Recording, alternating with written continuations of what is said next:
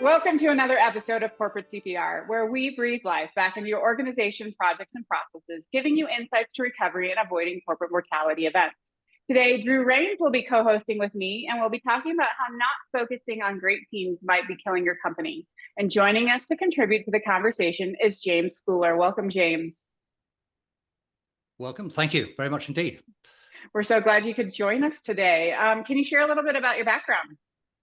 Sure. I used to be a chief executive. Now I'm a coach and an author who believes that if you seriously want to grow yourself as a leader, or if you want to boost your team, you've really got to get into the psychological issues that are holding you back.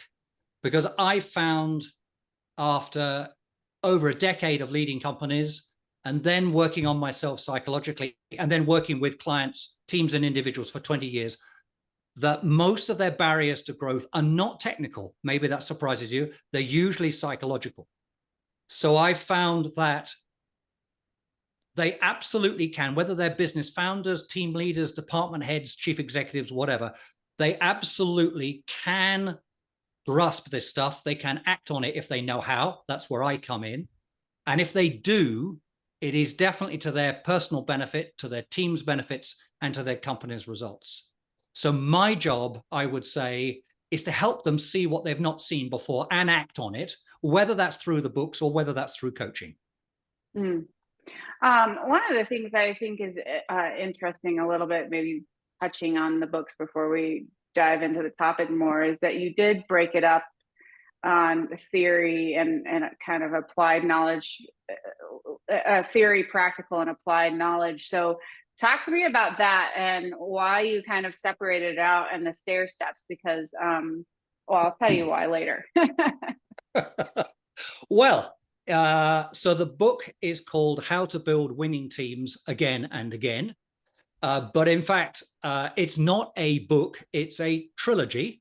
And I'm told by the publishing industry that it is, in fact, the first ever non-fiction trilogy written by one person ever, to my surprise. So why 3 books? Well, it was going to be one book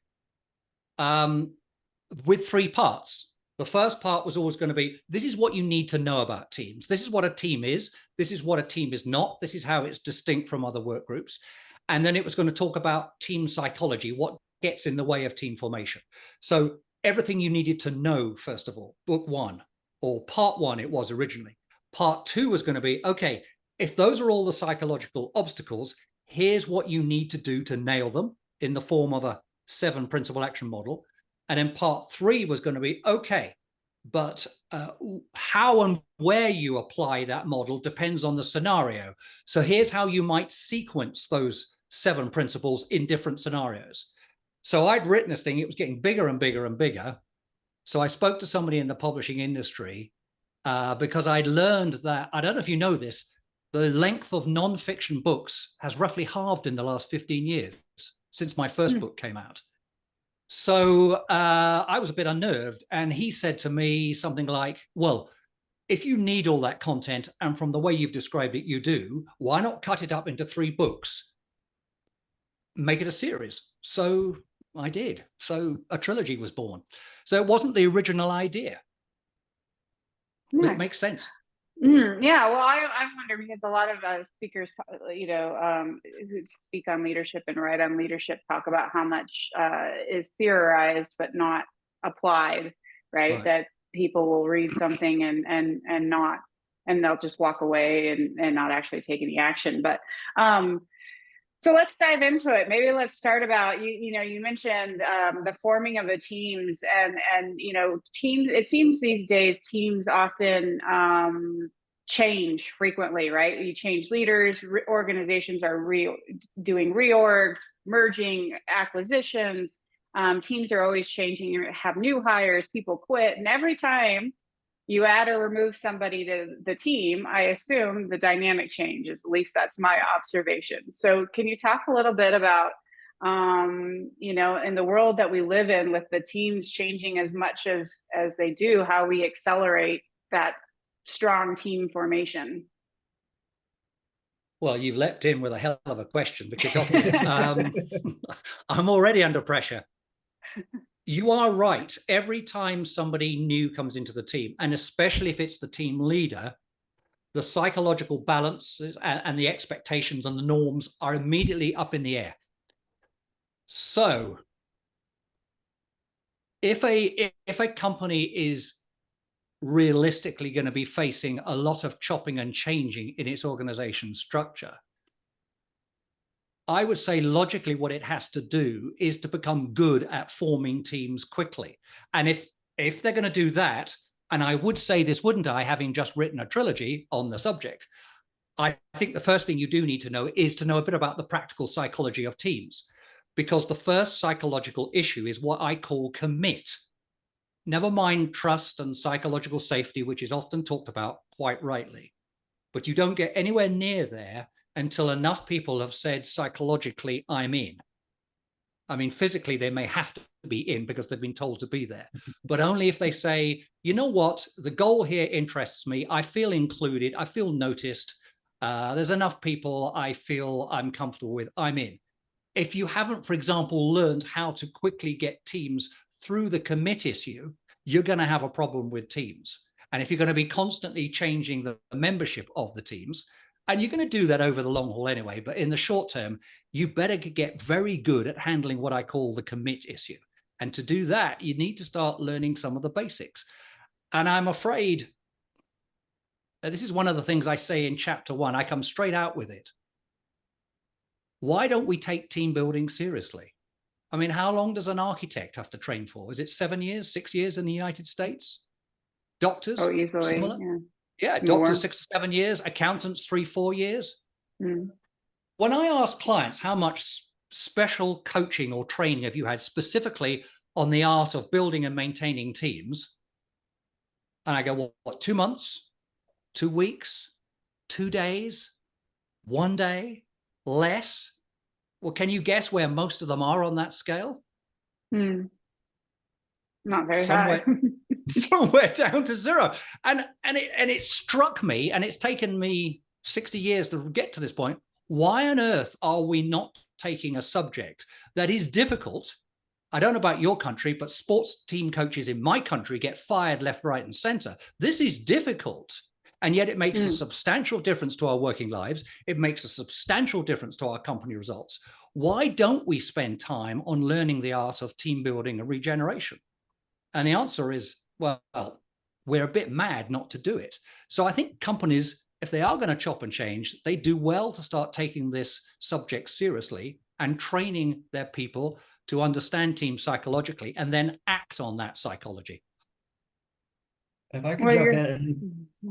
Hey, so I think one of the things that's been most interesting to me about that, when someone comes into an existing team, right, and there is so much change on a regular basis, I feel like in today's world, there's a lot of luck with a good manager, right? You get a good manager and they have the skill set, they are bought in and they work really well with their team. But then, so it's easy to like help assemble a good individual team.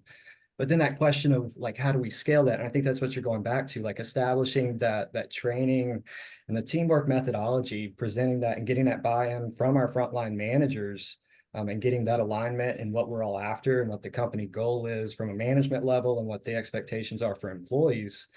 And then at that point, that's where it's scalable, right? Like once you've got those methodologies in place, otherwise you're just relying on getting lucky with a good manager that knocks it out of the park, right? And a good manager makes it look so easy. And then to see a team that struggles, and there's such a variety of things that contribute to the dysfunction or a team dynamic. And sounds like why you ended up with 3 books ultimately, because it's like trying to pack like each concept that could come into it is just such an open door. Yeah, no, you've got it exactly. Just imagine what could happen to a company's results if the old term, I haven't heard it used for 30 years or so now, used to be a core competency, something that a company was really good at doing company-wide, that was valuable to its customers, that its competitors found difficult to copy. Just imagine how a company would fare and how easily it would attract top-notch people if it was known for being really good at building winning teams again and again and again. And it wasn't luck they learn some of the formulae and they put effort into practicing it. That company would fly, I would have thought. Yeah, What I are would agree. some of, sorry, what are some of the symptoms of the of winning teams, I guess, symptoms, or when you're looking for evidence that you have one of these winning teams, what are the characteristics that you see? Well, again, that's a simple question with a sophisticated answer. So I'll sort of shorten my answer. You're looking for several things. You won't be surprised to hear, but I'll give you 3 or 4. Number one, maybe the most important single thing, they have clarified what their challenge is. So they know their basic purpose. They know as a unit why they exist, but I'm not referring to that. They've gone further and they've said, this is the most important thing we've got to get done in the next period. And by period, I mean no more than 12 months. If I'm coaching a team, I give them a maximum horizon of that because I want it to be urgent. I want it to feel urgent. What's the most important thing they've got to get together in the next 12 months? And they've got to frame it in emotional language so that they give a damn about it, they care about it. And to make sure it's not as wide as a barn door, they've got to decide 2 or 3 metric zones and then 1 or 2 targets against those metric zones. So it's terribly clear, are they getting closer to it or have they achieved it?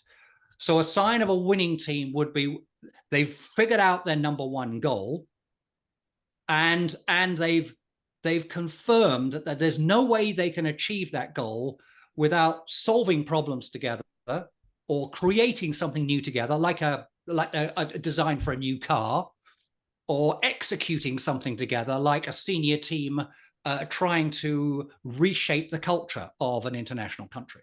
So that's the number 1 thing. They know their number 1 goal, and they know it absolutely demands that they pool their efforts. That would be sign 1.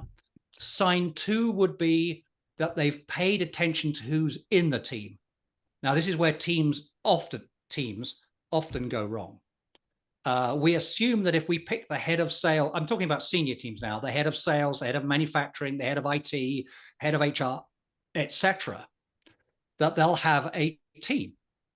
But unfortunately, if you pick them on their job title basis or their regional know-how or something like that, and I'm going to have to use a European football analogy here, and apologies because I don't know American football so well, or baseball, or basketball. But I'm hoping this is going to work. You can very easily, by accident, end up appointing 11 goalkeepers. And imagine 11 goalkeepers running out the tunnel and running to the field, and they all go to the goal. There's nobody in the rest of the field. And they're all jockeying to play goalkeeper, and the other positions haven't been covered. Now, what I'm saying sounds theoretical, but this is very, very common, particularly among senior teams. So we know from research that there are 8 behavioral roles you need in any kind of work team, and a 9th optional. So roles like, well, you need somebody who's very good at thinking up solutions to difficult problems, sometimes novel solutions. You need somebody who's very good at translating those ideas into solid plans. Who's going to do what and when, and what resources are we missing? And you need somebody who's very good at, for example, pouring oil on troubled waters and using their popularity and their image of fairness to diffuse confrontations. There are about 7 or 8 behaviors that are clear like that. But you can very easily end up with only 1 or 2 of those. So I was coaching a senior team. It was $1 billion business. It was the star in the industry. They'd had a restructuring for reasons I won't go into, partly because they'd been acquired because they were such a great company. And individually, the members were all high-powered and very capable men and women, no question. But together, they were a disaster. Why? Because their behaviors clustered around 2 poles. One was the behavior where, and you do need at least one person like this who's pushing to get things done, who's, come on, we've got to get on with this, get cracking. And when energy flags or people lose confidence, they're able to sort of, boost the confidence again. It's called shaping energy. You do need that. But about half of them were playing that role. And the other half were playing another role, which again is very important. This is the critic. This is the person who looks out for, well, what could go wrong? Is this wise? What are the risks? And so forth. And unfortunately, quite a few of them were playing both roles. They were bouncing between the roles. You had no one worrying about how we're going to implement, how we're going to ensure high quality execution. You had no one really talking with employees. So that's what I mean by an imbalanced team. Does that make sense? Does that sort of bring that to life? Absolutely. The third big thing, sorry, Jana? Oh, I said absolutely. Yeah, well, then the third big thing, just to give you a sign of a really winning team, I would say they've done, again, something that very few teams nail, particularly senior teams. I deal with a lot of senior teams, and that is to clarify, basically to decide how they're going to make decisions. They sort of assume that they'll have these discussions and then enthusiastically agreed decisions will magically emerge and they'll all act on it and everything will be fine. And usually nothing could be further from the truth. Right. So how are you going to make decisions? Are you going to all have a discussion and then the boss makes a decision and you all fall in line and it gets executed? Or are you going to have majority voting? And what happens if the leader is in the minority? Can he or she veto, or does he or she just have to go with the majority vote? There are about 6 or 7 ways you can do these more democratic decisions. So those would be 3 signs out of about a dozen, I would say, but they're 3 big ones of a winning team for me, Jana. Nice. Yeah, ahead, Drew. and that's awesome. And if I could jump in, one of the things I wanted to ask you about, like clarifying on that first point, right? The ability of a team to define clear goals, right? So like every company has that goal of we need to increase revenue, right? We need to have greater profit, but without specifics of how that profit is going to be attained. Like if we can't just leave it at we got to hit 15% gross profit for next year. It's got to be, is that through customer acquisition, new customers? Is that through increased products and services that we're offering our additional customers? Without that clear articulation of goals from that top leadership and their interpersonal ability to work with each other and communicate, like you got to have that at the top without, in order to have that foundation for the lower folks in the middle management to buy into, right? Yeah, that's true. Leadership does start from the top, and culture setting starts from the top. It doesn't matter whether you like it or not as the CEO and the senior people. You are the ones with the climate dial on your desks, like it or not. And some people don't like it. It's there. And people are not going to listen to what you say. They do listen to and observe what you do. It is absolutely true. But here's the problem, Drew, and I've devoted a whole chapter to this in book 1 of How to Build Winning Teams Again and Again. Most senior groups aren't functioning as teams. They are functioning as what I call performance groups, which are hub and spokes models. Right. So a hub and spokes model has the hub, there's the leader, and then there are the spokes going out to the other members like the sales chief and the manufacturing chief and so forth. And most of the work is done in those pairs of relationships. And yes, they get together to make a decision together or maybe update each other, but that's where most of the work is done. And if that's enough to achieve the objective, that actually is fine. So I'll give you an example because otherwise it's maybe a bit abstract. I was chatting to a guy, a client of mine. He ran a huge business. We're talking $8 billion, pretty big. Yeah. And he had countries all over the world. And he was explaining how he worked. He had about 7 CEOs of divisions, and then he had some staff chiefs, HR, IT, legal, that kind of thing. And he could not see any serious product or customer linkages between his businesses.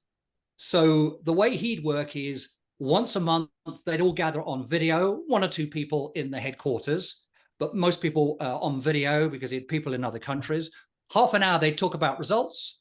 Half an hour, they'd talk about a common subject like how to improve on-time customer delivery.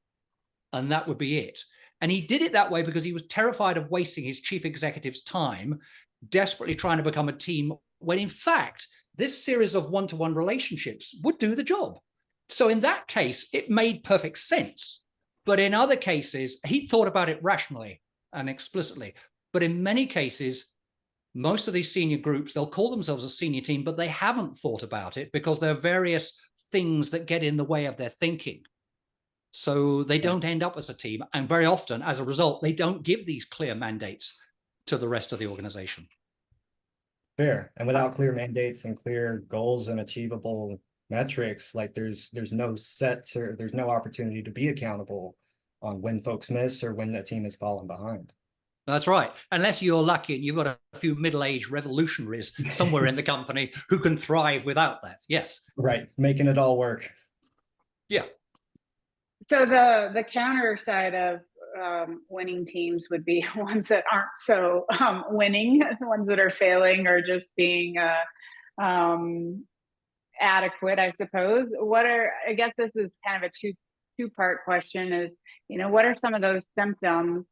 And how do organizations diagnose what really the root cause of those issues are? Well, I have to keep referring to my books here. So book 1 talks about the different kinds of work group units. And you'll see in there that I describe a thing called the pseudo team. Now, I can't take credit for that wonderful label. That belongs to authors John Katzenbach and Douglas Smith from 35 years ago. It's a fabulous term.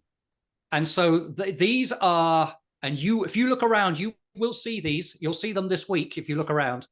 This is a group of people who assume, because it's the 21st century, that they need to operate as a team. Teams are good. Teams are the thing. We must be a team. And then the next leap they've made is they assume that you become a team by working on teamwork, being nice to each other, behaving supportively, being friendly, listening sympathetically, and so forth. It's very much about unity, harmony. That's the aim behind all this behavior. Now, I'm not saying those behaviors aren't helpful. They're extremely helpful. But teamwork alone doesn't make a team. You need teamwork in what I just call performance groups. You need teamwork across whole organizations. The problem with these units is they'll call themselves teams. And one of the symptoms of the problem is, going back to what I said a bit earlier, they have not agreed the number one thing that they and they alone have got to get done in the next period. That's one of the symptoms. Can they name it?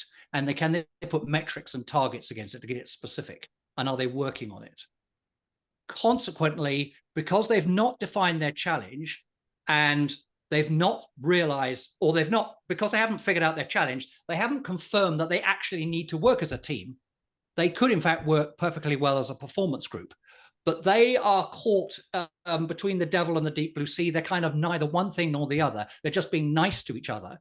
The net result is typically they're so concentrating on being nice and friendly and civil and having fun that the emphasis on results starts to slide. And then everybody starts to notice it inside the group and outside. And that's when you get the complaining and the backstabbing and the finger pointing. And eventually there's going to be an unhappy ending and somebody's going to be fired or reassigned or something. And the unfortunate effect is a lot of people think, oh, that's what teams are like. They're about boring, pointless, backstabbing, bickering meetings. I don't want to be in a team. So what are the signs to look for? Well, yeah, it's the lack of the basics. Have you got a clear goal? Have you got the right people in there? Are you applying the right disciplines? Joint accountability? Have you figured out how to make decisions? The stuff I've just talked about. If you haven't, and you've decided that you're going to be a team without needing to be a team, you may be on that horrible ski slope downwards to unhappiness, bad results, and a bad reputation. And James, on that, would you also consider like the level of conflict within a team and a team's ability to have healthy conflict, to debate ideas? One of those metrics that you could use to look at evaluation? Yes, thank you for raising that. I would. Unfortunately, it's quite difficult for most work groups to evaluate because, in fact, although we worry a lot about conflict in teams, most of the problem is there isn't enough. Right. Most of the stuff is what's unsaid. And I would say that problem grows the higher up the hierarchy you go. What you get are clever standoffs. I won't challenge you or criticize you or say anything that puts you under pressure if if you do the same with me. It's like a couple of gangland bosses saying, I won't invade your territory Right. if you don't invade mine. So actually the problems, we imagine screaming matches, but actually it's more passive aggression that we see. So yes, if people are comfortable with conflict, particularly what's called task conflict, as opposed to relational conflict, that is the sign of a good team. But it's quite often hard to see it because so many teams desperately want to avoid it, because very often the leader, and I remember having this problem myself as a young CEO, you think that if there's conflict in your team, you must be a bad leader. Right. What does that say about you? So again, there's lots of psychological stuff around this, but you are right. The ability to handle conflict and not be afraid of it and welcome it, because it becomes the crucible of creativity sometimes. Yes, that is absolutely one of the signs. It's not one of the first signs, I would say, but it is one. You mentioned those different, I think was it 7 or different personality types. You're talking about the people who, driving to get stuff done, the people who wear the black hat, as we like to say in our company, the one who, challenges and make sure we're kind of doing the right thing. How does those different personas play into conflict? Because like I'm thinking about true personality, I guess, in the sense that you've got peacekeepers versus people who like the challenge and things like that. But I'm not sure if conflict relates back to the type of the way you kind of categorize leaders. Well, conflict is an interesting area, and there are people who know more about it than I do. But first of all, you've got 3 kinds of conflict: conflict around relationship, conflict around power, and then conflict around the task. What should the goal be? What is the goal? How are we going to get it done? So you've got those angles. But you're asking about those different, you call them personalities. Technically, they're called team roles or behavior clusters. And I must give a shout out now to the man who led the research in the 1970s. It's not very well known in the USA, or it didn't used to be when I had a lot of US colleagues. His name is Meredith Belbin, and he's still alive. He's in his early 90s, and he's a remarkable man. And his seminal book was Why Management Teams Succeed or Fail. And he's talking about the balance. And what you're saying is correct. You can actually divide let's take the 9th roll out for a moment. You can divide the 8, and you can actually see them in pairs, and they can actually sort of annoy each other.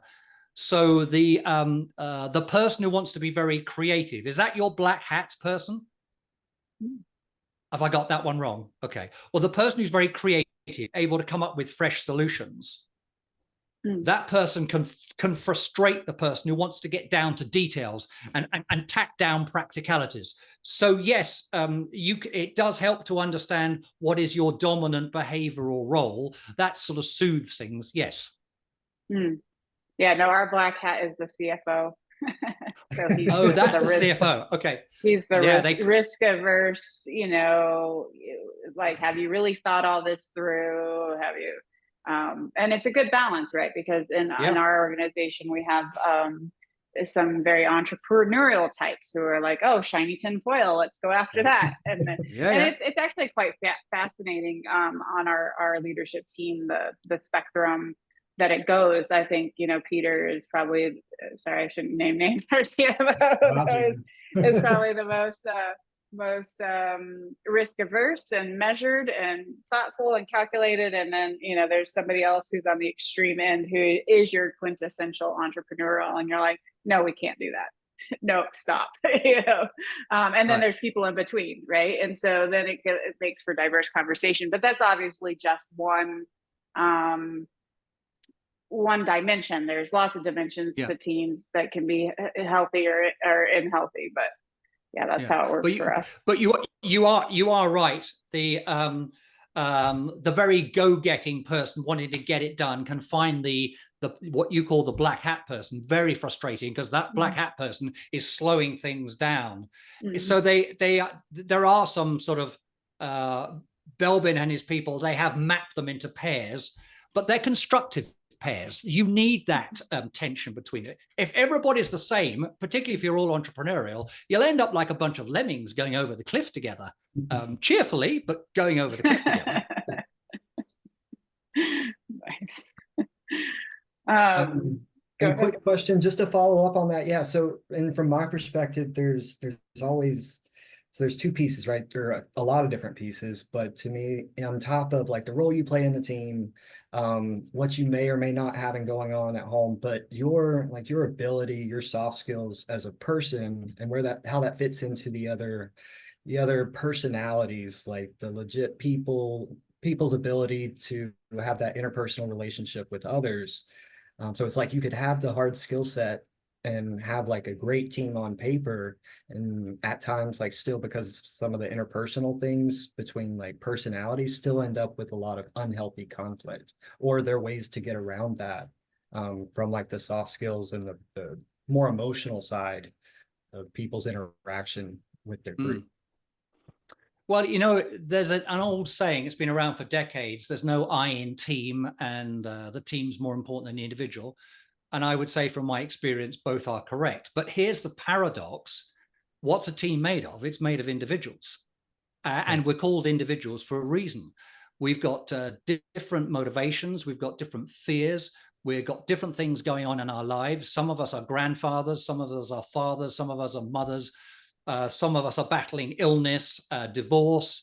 So the big thing, I think, for leaders is, yes, you've got to keep an eye on group unity and the task and the basic mission, but you've also got to keep an eye on the individual. And so when I'm coaching team leaders, I'm asking them, have you understood what makes this person tick? What questions are you asking them? In what spirit are you asking them? How much are you revealing of yourself? Because if you ask questions but don't reveal anything, then it becomes an interrogation, and then it becomes, intimidatory, and the person's going to close up. So I'm interpreting from what you're saying that you have to keep an eye on the individual, because, well, you do have to keep an eye on the individual, because if you adopt a Soviet Union style one size fits all approach, you are going to miss these nuances. You absolutely are. Right, because at the end of the day, as long as it is still people on the other end of the phone or the other end of the email, no matter what industry you're in, to me, it's still it's a person-to-person business, until we're at the point, Amazon with two people in a warehouse and robots doing everything, all the tasks, right? As long as it's still people working with another person, either on the other side of a computer, in the office, and the whole remote piece introduces all sorts of specifics with it. But yeah, like you have to account for that black box of, yeah, it is a human on the other side with a whole unique set of personality, life experiences, and yeah, any external things. And yeah, like then someone's individual ability to separate their work and life and their contributions to the team. And so I feel like from my perspective, it's one of those things, like just I like to keep a pulse on, like with my coworkers and stuff, like that personal connection. Yeah, making sure everything is good outside of the office. So like it's not all just the task at hand, that's driving the billable hour, And that can be very difficult for some project leaders, from CEOs and so forth. They can fall into the mistake of getting so task orientated that they treat their colleagues as pawns on a chessboard, and they don't really see them as real people. And when I'm coaching them, that's where we go deep into their own psychology, because they don't really see themselves as a valuable person. Deep. We're talking way down. Right. And that's why, going back to basics, that's why I think it's so helpful. If you are going to become good as an individual at building teams again and again, or as a company, you do have to pay some attention to learning the team psychology basics, because there are certain team psychology basics. I actually think they're very interesting, but then I would, because I've written about it. But I think they're also pretty important as well. And it's a sort of, for most business people, it's a mystery area, and it hasn't been very well presented, hopefully until, the arrival of my trilogy. What, so we talk about avoiding corporate mortality events. We're saying you need to be having healthy teams. How does an organization turn that around if they're seeing symptoms of unhealthy teams within the organization? How do you turn these teams from where they are to where they should be? Well, if you were going to become good across the board at team building and you're not good or you're mediocre, well, that's a tough question. I mean, the ideal answer, Jana, would be that the people at the top who embody the future of the company and who embody the culture, they work on themselves as a team. So they, not just by what they're saying, but what they're doing, they're spreading the word that this is how we want people to operate day to day, week to week. So if you can have the top people learn the art of building and regenerating themselves, and then you let that ripple out, that would be ideal. If you've not got everybody on the top team to do that, then I would suggest that the one or two people near the top who are interested in that, I would say this, wouldn't I? They buy my trilogy, they study it, and they see if they can persuade their colleagues. Failing that, if I was a kind of a godfather figure in an organization, maybe not at the top, I would try to seed some bottom-up initiatives, find some people lower down who do want to work as teams, and help them know the psychology and some of the operating principles, and see if you can spread it out positively as a positive virus from the bottom, and have people say, what's happening in that business, or what's happening in that subsidiary or that department? Because that can get some traction, and people can say, how do we clone that? I have to admit, I'm ad-libbing on my answer to that tough question, but that's what immediately springs to mind. Yeah, so do you think, though, that you want to mention any of your 7 action principles and how that relates then to this, or? Yeah, okay, let's run through them very quickly. So the 7 action principles are designed to nail the 3 big psychological issues that I described in book 1. I suppose we won't have time for those, but we can go there if you wish. Principle 1, you won't be surprised to know, because I've mentioned it already, assuming you know your basic purpose, what's the number 1 thing you've got to get done in the next maximum 12 months? Get it down in writing, make sure you're all enthusiastically behind it, and you're absolutely clear what success looks like. Then number 2, on the basis of that, and without that you can't do it, ask yourselves, do we have to operate as a team to achieve that, or can in fact we operate as a performance group? Make a conscious choice about how you're going to act. Don't just become a team because that's what modern groups do, because then you risk the pseudo team trap. Then you've got a number of principles that don't follow in any sequence. The next one is what I call shared, flexed, principled leadership. A team, a genuine team, has to learn the principle of sharing leadership. If they leave everything up to the official leader, you won't have a real team. So they've got to realize that leadership is a process, not a person. But the leader also has to learn the skill of flexing their approach according to the kind of decisions, because there are some decisions that absolutely require a snap command and everybody obeying. So if you and Drew were on a fire crew with me, and we rush to a 12-story building, and there's a woman hanging out of the top window with flames coming out with a baby, and we stop the fire engine, and I say to you, Drew, how was your weekend? And Jana, right. that training program you're on, how was it for you? Now, which particular procedure do you think we ought to follow? You're going to be looking up at the building, but James, so there are moments when I yell, do this, do that, and the other, and you snap to it, and it's absolutely right. But there are moments to share the decision. And frankly, in most team situations, most of the decisions are non-emergency decisions. So that's what I mean by shared leadership and flexing it. And you've also got to flex your style according to which psychological issue is dominant. You may need to be quite nurturing, then you may need to be quite paternalistic or parental, let's say, and then you may need to be back off and be collaborative. So that's the 3rd principle. The 4th, you've got to work on group unity. You've got to build the sense of we and us. The 5th is naturally you've got to pay attention to task progress and results. What's the vision? What's the plan? What are we going to do in the next period? Crucial bit, what are we not going to do for now? That's where so many teams fall down. They try to boil the ocean. The 6th principle is what I mentioned earlier, the leader paying attention to individual motivations, keeping an eye on that, figuring out what makes them tick and making sure they are ticking. And then the 7th principle, it's really, do you remember a famous book from about 40 years ago? You might not, called The 7 Habits of Highly Effective People. Really? by Stephen Covey, very famous. Well, his seventh principle was sharpen the saw. This is a bit like that. I call it renew or end. Keep going back to basics. Look at, see how you're doing. And if you're a project team, have a hard stop and a really skilled ending, because that sends ripples, positive ripples through the organizations. Address those 7 principles and you will address the big 3 psychological issues. That's Wow. awesome. And if I could just jump in for just a second, and I think James, so for leaders out there today that are recognizing that they may have issues in their organization as it is, and they're looking for more resources and additional information, it sounds like, you know, what you suggested, starting with research into books like, you know, folks such as yourselves have published, put out there, and it sounded like your the Scouller partnership has a number of resources available to get engaged with different companies on different levels. Can you tell us a little bit more? Yeah, so I would suggest, I keep saying this, I would say this, wouldn't I?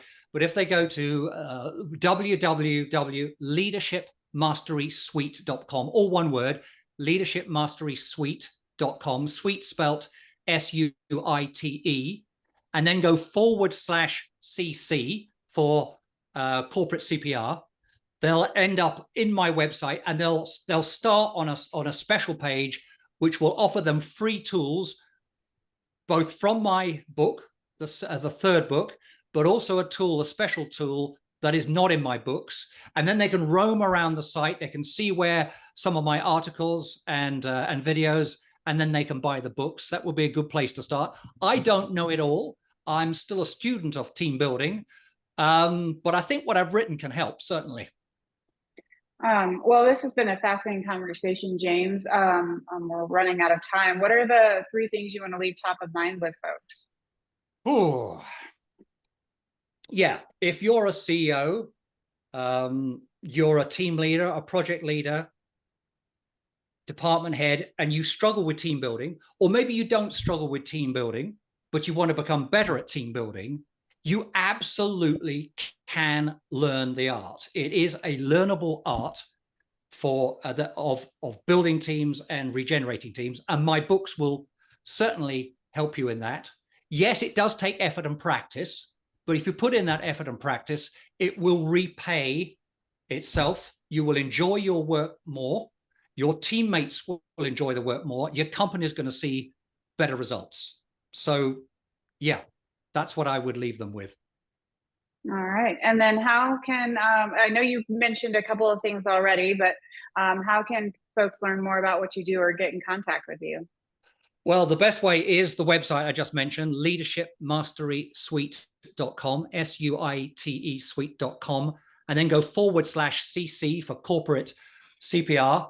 And there they'll see the free tools, free resources for them, but they can roam around that website. That'll also show them where to buy the books. You won't be surprised to know that the books are on Amazon and all online bookstores. You can't avoid Amazon these days. And the book trilogy is How to Build Winning Teams Again and Again. Awesome. Thank you so Thank you so much for your time, James. You're welcome. I really enjoy it. And by the way, I enjoy your podcast. I think you make a positive difference. Oh, thank you so much. I really appreciate it. And to our audience, until next time, keep your organizations healthy.